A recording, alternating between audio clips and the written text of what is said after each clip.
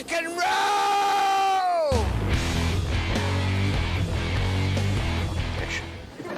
Well, judging from the carving on your desk, it looks like his name is Ozzy. Yes, and apparently he rules. A long time ago, in a galaxy far, far away.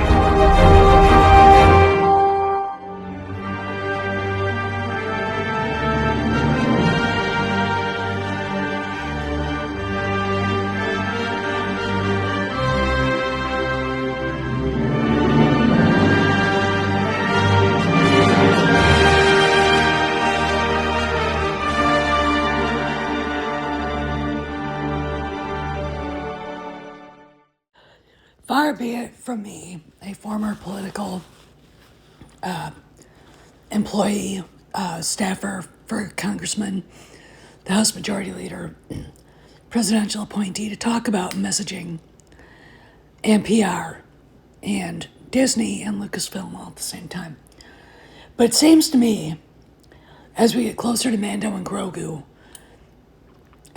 the more they seem to slip, and the more they seem to fall back on their ways, the things that they did before Kennedy left, before Iger left.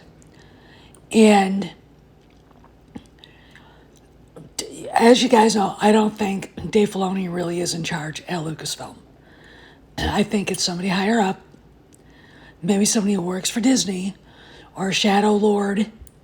You know, we've heard that Jon Favreau is the one that said bend the knee, and people did. I don't know.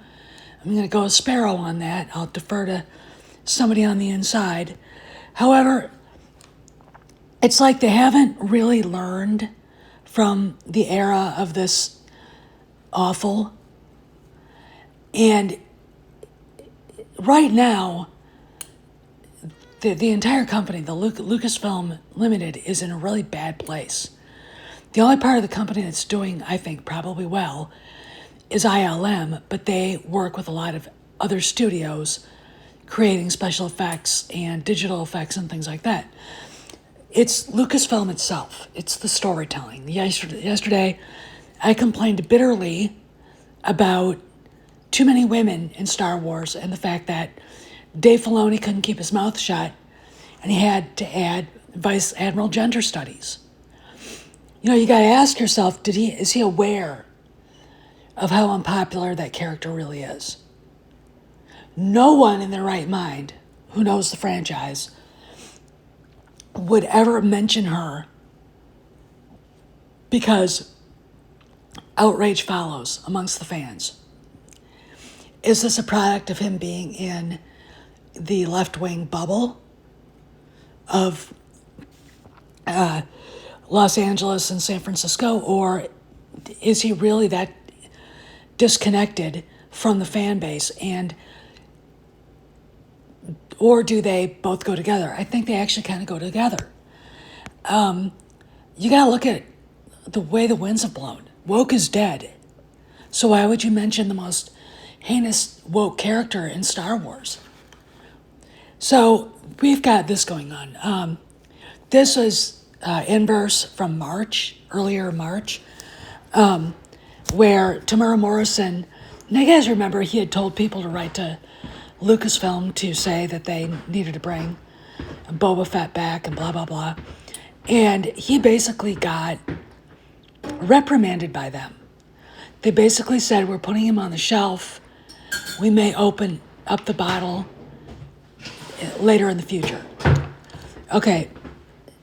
This is, I think, Disney stepping in and saying things. This is not, I don't think, necessarily Lucasfilm. I'm going to be very blunt. I don't think Dave Filoni has the power to put somebody on the shelf. I think his life as president of Lucasfilm is, let's wait and see how good he does before we let him have more responsibility. Remember, he is sharing it with Kennedy's little minion, Lin-Wen Brennan, she's running ILM and the business stuff. So she's really not doing anything creative, which is a win, I think, for us. However, Dave has said that thing about Vice Admiral Holdo, and now we've got this Tamara Morrison thing, and I wasn't going to talk about it, but this is bigger than Boba Fett, right? This is about all the legacy characters, and you go to the parks now, and soon you will see Han, Luke, and Leia, Darth Vader running around. And there's still some questions about Rise of the Resistance, and is it, they went from closing it indefinitely to now it's open again, but they've had to close it down several times since, because it keeps falling apart. Apparently that's where Rey and Kyle Ron are running around, and I would think that would be some sort of karmic lesson for Disney. We'll see.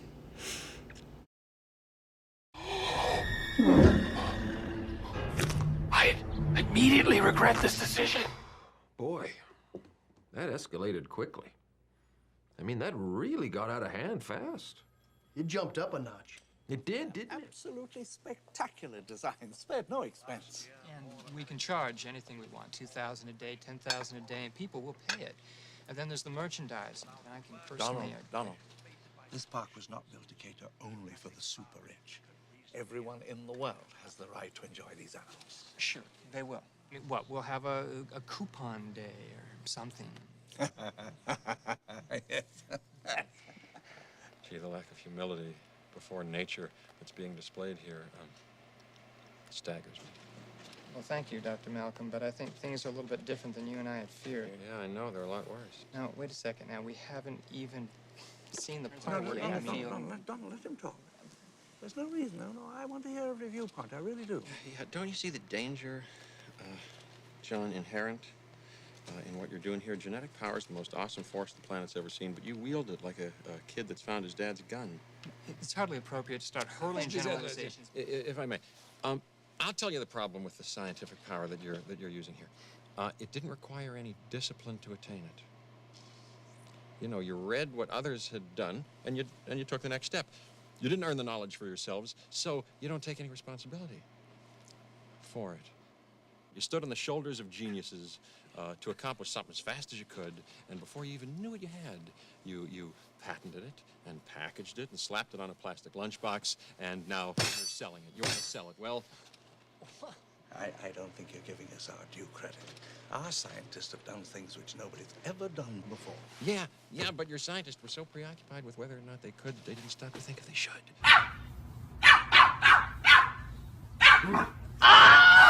Oh my God! Argle, gargle, google, goo. What? Now you know how it feels. What are you talking about? What an odd combination of odors. Smells like a fish died and all the other fish sent flowers. So, this isn't just about Tamara Morrison. This is about poor PR and the really callous way the legacy characters have been treated, and we have an actor not out, unlike Mark Hamill before The Last Jedi came out, putting it out there that he cares about this character. He wants to fix it. He wants another chance. You know, Mark was basically like, subtext is, they disrespected Luke, don't expect much. Your expectations were subverted. And they both got yelled at. Mark got a phone call from Kennedy, and Tamara got a phone call from Lucasfilm telling him, we're putting the character on the shelf. We'll open up the bottle maybe sometime down the road. I'm paraphrasing. But the thing about it, and this goes to the heart of the issue, when Star Wars was bought by Disney, George had his script treatments Disney didn't bother with it. Again, this is the lack of sophistication that he talked about in his interview with Leonard Maltin and Robert Redford at Sundance Film Festival, that Hollywood executives aren't as smart as the creatives. At least back then they weren't. And the fact that Iger avoided the lore, it was too deep into the lore, says to me that Iger, Alan Horn at the time, Alan Bergman, none of those people understood Star Wars and what they were getting. There isn't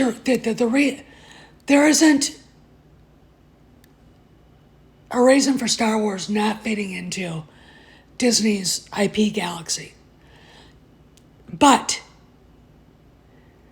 they didn't realize how they can mesh it into what they already had. They looked at Marvel, they thought they could do it over again, and then they let the woke goon squad fuck everything up. And, from drunk deadbeat dad Han Solo to cowardly Luke to butchified Leia, it is disrespectful. Now, Mark said something, he complained, and Tamura has said something now, and he complained. This, in my opinion, is a PR nightmare, right? Because people don't give a shit about the person behind the camera. I mean, as long as it's good. You have to really work hard to get the respect of the fans. And George has it. Steven Spielberg has it. Jon Favreau has it. But Filoni, because he really is an unknown entity who seems to gravitate towards, quote, strong, quote, female characters. That being in quotation marks, because strong can be interpreted in a lot of ways, right? Look at Sabine Wren and how she's written, and look at what we know of Cara Dune. Cara Dune is not smug. She has a backstory that's extremely painful. We connected with it. Sabine Wren is a cartoon character come to life, and she's played like one, right? There's no depth. But Filoni cannot get out of the female bubble. So he brings up the wokest character outside of Afra on the planet and connects Ward, Leia, and Harrison Dula to this garbage. This Rian Johnson fucked up garbage. And now we've got Tamara Morrison saying, they yelled at me. You cannot take legacy characters that people loved for 50 years, and do what you did to them, and then expect us to ignore praise for a character everybody hated, right? You cannot look at Tamara Morrison and shit all over him and the character because the former boss decided to go in and fuck everything up that they were trying to do with his TV show and expect everybody to trust you with the next phase of Star Wars. A new era in Star Wars. Great. Or is it going to be a beaver party? Because if it is, I'm not going. That's disgusting. That's absolutely, you want to bore me to death? Only write women's stories. And what I found, interestingly enough, and this really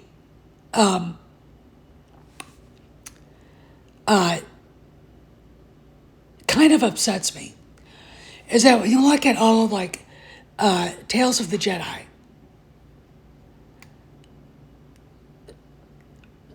okay, you look at Tales of the Empire, no men at all. None. Okay? You look at Tales of the Underworld. We don't have any human males. We've got Asajj Ventress And then the story of Cad Bane and his buddy, Zero. Or Nero, or whatever his name is. Should we trust Dave to do good things if he cannot come up with compelling new male characters, right? If he cannot create his own version of Obi-Wan Kenobi, if he cannot write and keep in the box that Mark Hamill is in, if he can't write Luke Skywalker, if he can't write Han Solo, because I'm sorry, I said this like yesterday, George Lucas treats women as his equals. Filoni and Johnson both treat women as their superiors.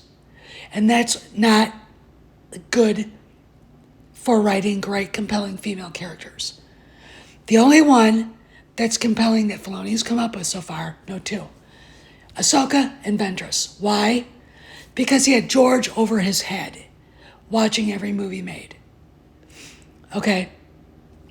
And I'm sorry, but if you are sacrificing the male characters that are legacy characters people love for this female-centric dumpster fire, you're going to lose fans. And let me add this. Do not be surprised, and this is just my speculation, I haven't heard anything, that if Mando and Grogu don't do well, Disney puts at least Star Wars, the franchise IP, up on the auction block. Because it's that bad. All right? It is that bad.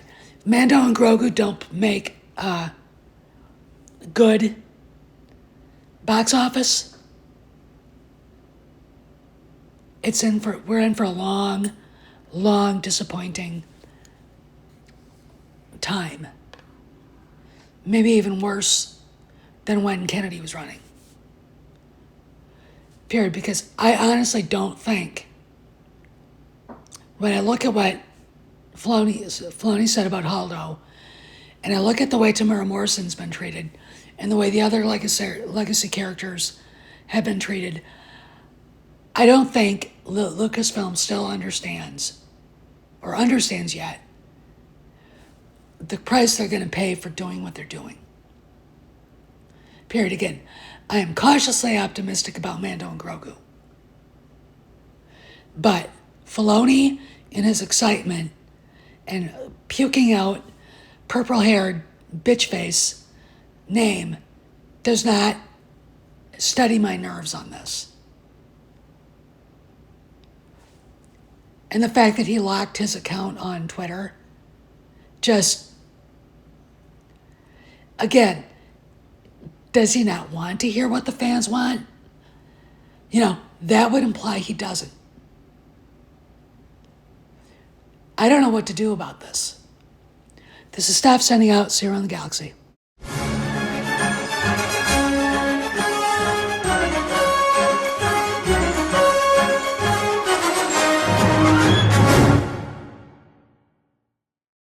Ready, everybody? All set. Here we go.